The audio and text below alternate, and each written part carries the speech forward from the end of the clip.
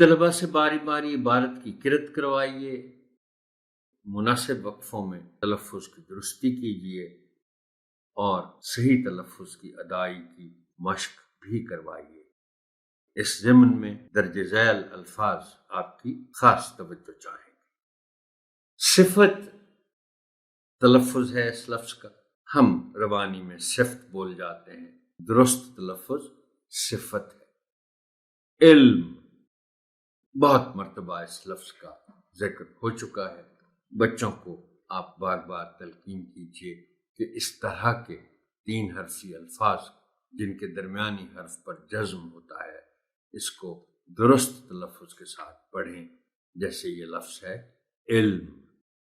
چرند پرند، موزم teacher, جس طرح ہم لوگ یہ پڑھ کر یا جان کر تھوڑا سا حیرت میں مبتلا ہو جاتے ہیں کہ یہ لفظ پرندہ ہے، ہم تو ہمیشہ پرندہ پڑھتے سنتے آئے ہیں، اسی طرح یہ لفظ بھی ایسا ہی ہے۔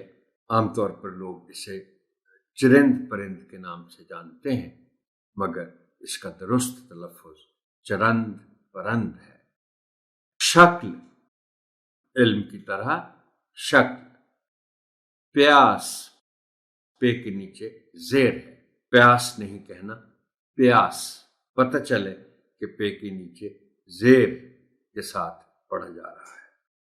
متاثر، متاثر جیسے مترادف ہے، جیسے متضاد ہے، یہ لفظ بھی اسی طرح کے الفاظ جیسا ہے۔ متاثر لوگ پڑھ جاتے ہیں، یعنی جو تے کے بعد الف ہے اس کی زبر غائب ہو جاتی ہے۔ متاثر۔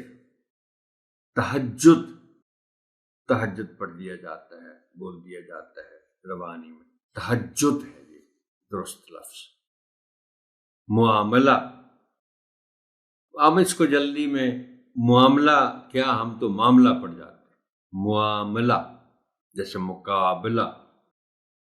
بلک، بلک بلک کر رونا۔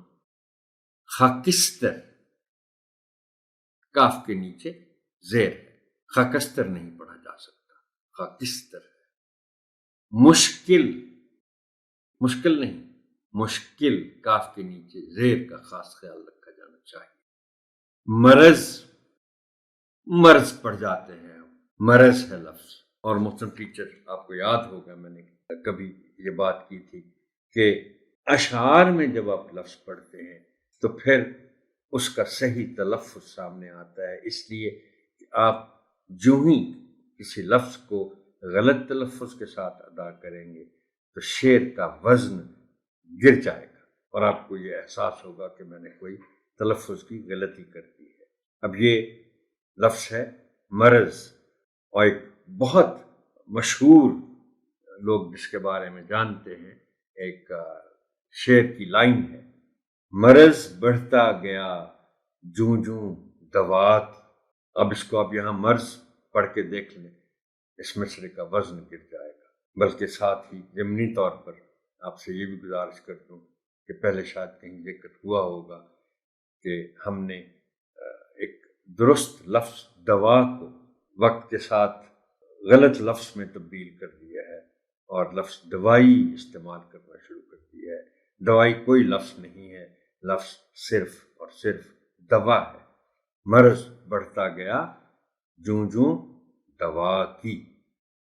اجر، راغب، راغب نہیں، راغب۔